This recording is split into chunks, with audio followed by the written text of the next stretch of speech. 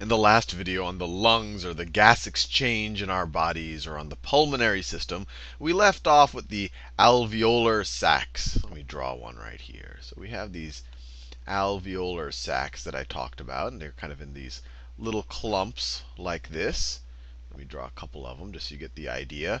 And if you remember from the last video, these are kind of where, air goes in through our trachea, then that splits up into our bronchi, and then those split into the bronchioles, and then the bronchioles terminate at these alveoli. So that's the alveoli. These are these super small sacs that we talked about in the last video on the pulmonary system. You might want to watch that video if none of this sounds familiar. And then, of course, we have our bronchiole that feeds into this, and then that might have branched off from another one that feeds into another set of alveolar sacs, but I don't want to get too focused on that. I covered that in the last video. But let me label it bronchiole. Bronchiole, and then these are alveoli. These are alveoli. In the last video, we saw that air, when we breathe in, when our diaphragm contracts and makes our lungs expand and fill up that space, air comes in. Air comes in, and that air that comes in is going to be, as we're breathing atmospheric air, it's going to be 21% oxygen, and it's going to be 78% nitrogen. 78% nitrogen. And actually, in our atmosphere, carbon dioxide is actually almost a trace gas. It's less than 1%. So it's less, let me make that. It's less than 1% carbon dioxide. So anytime you breathe in on Earth, this is what you're going to get. And we said that in the last video that you have these capillaries, these pulmonary capillaries that are running all along the side of these alveoli. So let me draw those pulmonary capillaries. And so when they are deoxygenated, so they come here to be oxygenated. So when they're deoxygenated, they might look a little purplish. So when they're deoxygenated, they might look a little purplish, and they're running along the side of these alveoli. And then they pick up the oxygen from inside the alveoli. The oxygen diffuses across the membrane of the alveoli into these capillaries, into these super small tubes. And then once they do, that makes the blood red. And I'm going to talk in a little bit about why it becomes red. So then it becomes red. And now that the blood is red, it has its oxygen. The whole point is to get the oxygen. It's ready to go back to the heart. It's ready to go back to the heart. So that's just one little part of it. And we learned in the last video that something that goes away from the heart, so this is going away from the heart, that is an artery. A for away, artery. And something that's going towards the heart is a vein. So this right here is a vein. Now, one question, and this actually came up in the last video. Someone asked, which I think is a very good question, is, gee, when we breathe in, most of the air is nitrogen. Only 21% is oxygen. What happens to all that nitrogen there? How come that doesn't go into our blood? And that's actually an excellent question. So to answer that, and I think that actually helps explain what's going on here, let's draw a little bit bigger. So let me draw the alveolar membrane a little bit bigger like that. So this is the inside of an alveolus. This is its membrane right here, super thin, maybe almost one cell thick. And then you have a capillary. You have a capillary running right next to it. So let me do that in a neutral color. So you have a capillary that's maybe running right along this surface. So this is the capillary that's running right along the surface, just like that. Just like that. And this is porous to gases like oxygen, nitrogen, carbon dioxide. And what we have here, let's say that this is, so the heart is over here.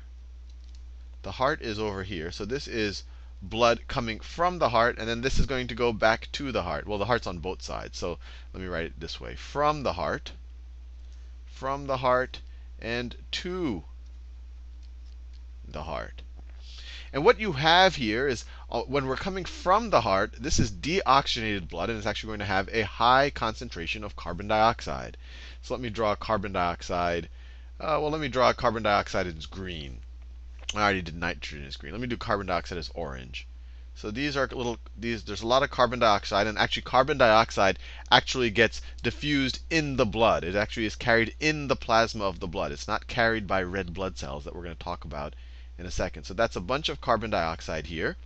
And the concentration of carbon dioxide in the deoxygenated blood is going to be higher than the concentration of carbon dioxide in the alveolus. So if this is porous to carbon dioxide, this membrane, and it is, these carbon dioxide molecules are going to diffuse. They're going to diffuse into the alveolus. Now on the other side of that, we have oxygen. We have oxygen here. We're breathing it in. The air is 21% oxygen, so you're actually going to have a lot more oxygen than carbon dioxide. And this is deoxygenated blood. We used all of the oxygen in our body, and we'll talk more about that either at the end of this video or in a future video on how we use it, or where it goes in our body. But there's no oxygen here, so the oxygen is going to be taken. It's going to diffuse across this membrane. It's going to diffuse across this membrane because the concentration of oxygen is low. Now, the question is, so immediately you see that as the oxygen diffuses across this membrane, all of a sudden this is oxygenated blood ready to go back to the heart. This transition between artery and vein is a very subtle thing. Very clearly here you say that, okay, this is going from the heart. This is our vein. This is going to the heart. Oh, sorry, I always get confused. This is going away from the heart, and I was looking for an A, and I wrote from. This is away from the heart, so this is an artery. And this is going to the heart, so this is a vein. So you could make the division. You could say, okay, once it's oxygenated, maybe we're going back to the heart. But it's kind of an arbitrary. Sorry, I spelled artery wrong. These are my flaws. Artery. Spelling was never my strong suit. So it's hard to say where the artery ends and the vein begins. A good demarcation is when the carbon dioxide concentration goes low and that the oxygen concentration goes high. That's a good time where we start from the pulmonary artery.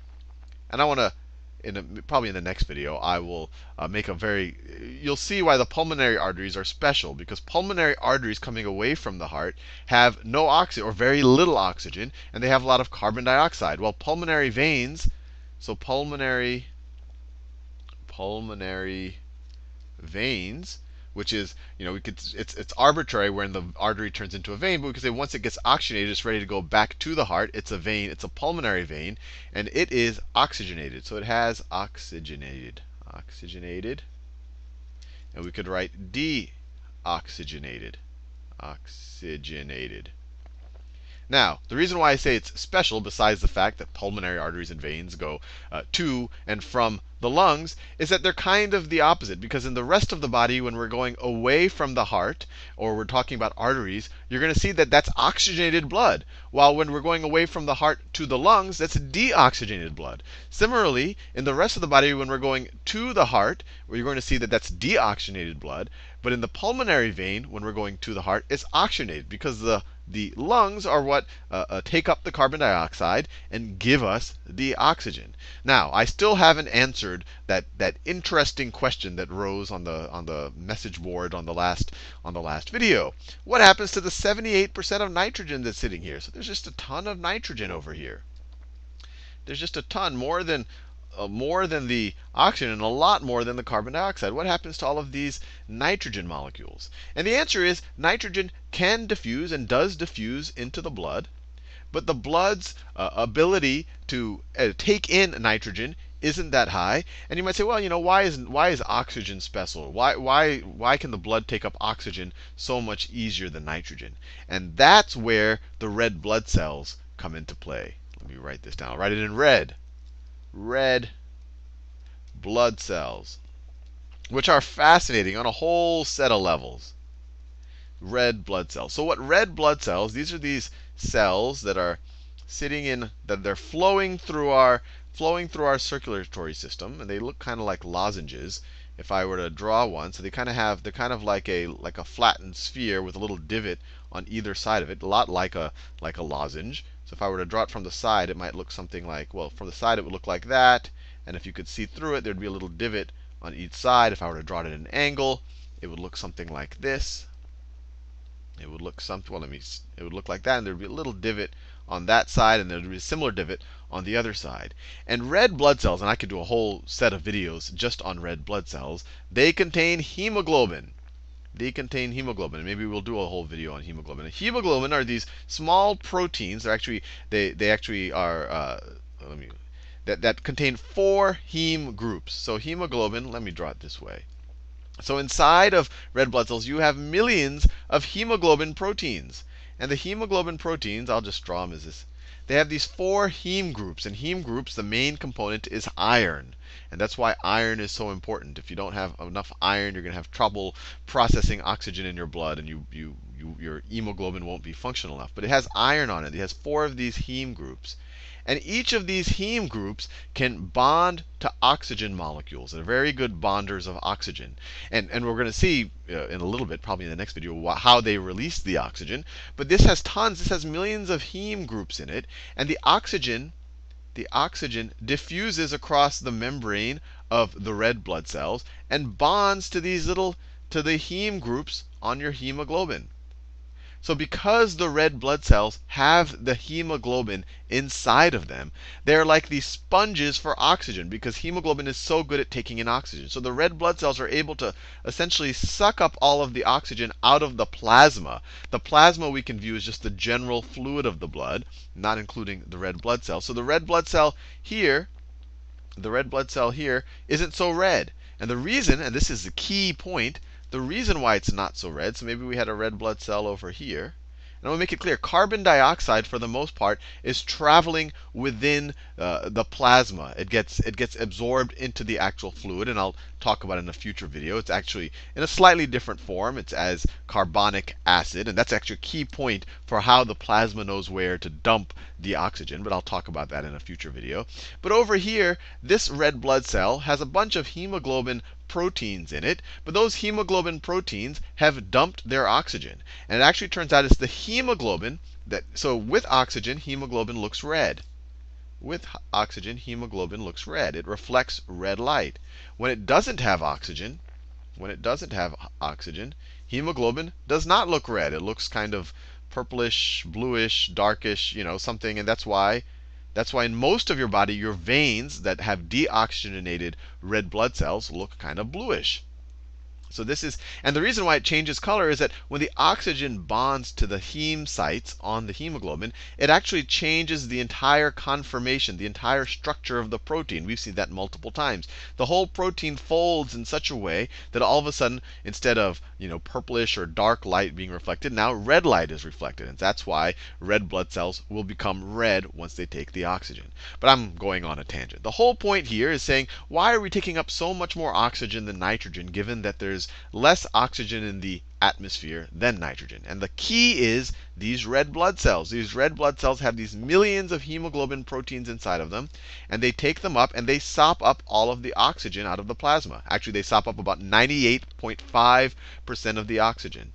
So 98.5% of the oxygen gets sopped up by the red blood cells. So these red blood cells are just traveling, and they're going to go back to the heart. They are what make our blood red. So you have this thing, hemoglobin, that's sitting in red blood cells. It's sopping up all of the oxygen. So it keeps the oxygen concentration in the actual plasma low. You have nothing like that for nitrogen. There is no cell that's sopping up the nitrogen. Nitrogen does not bond to hemoglobin. So that's why oxygen is taken up so much better than nitrogen. This is a very interesting question, because if you just think about how much nitrogen is, it's kind of a very natural idea. Now, I want to focus a little bit on the red blood cell itself, because it's fascinating. It's almost, in the video on the structure of the cell, I start off saying, all cells have a membrane and they all have DNA. Now, the fascinating thing about a red blood cell, let me zoom in. I just keep drawing the same drawing. It has a little divot here. It has a little divot here. The fascinating thing about the red blood cell, I already said, it has millions of hemoglobin molecules or proteins inside of it.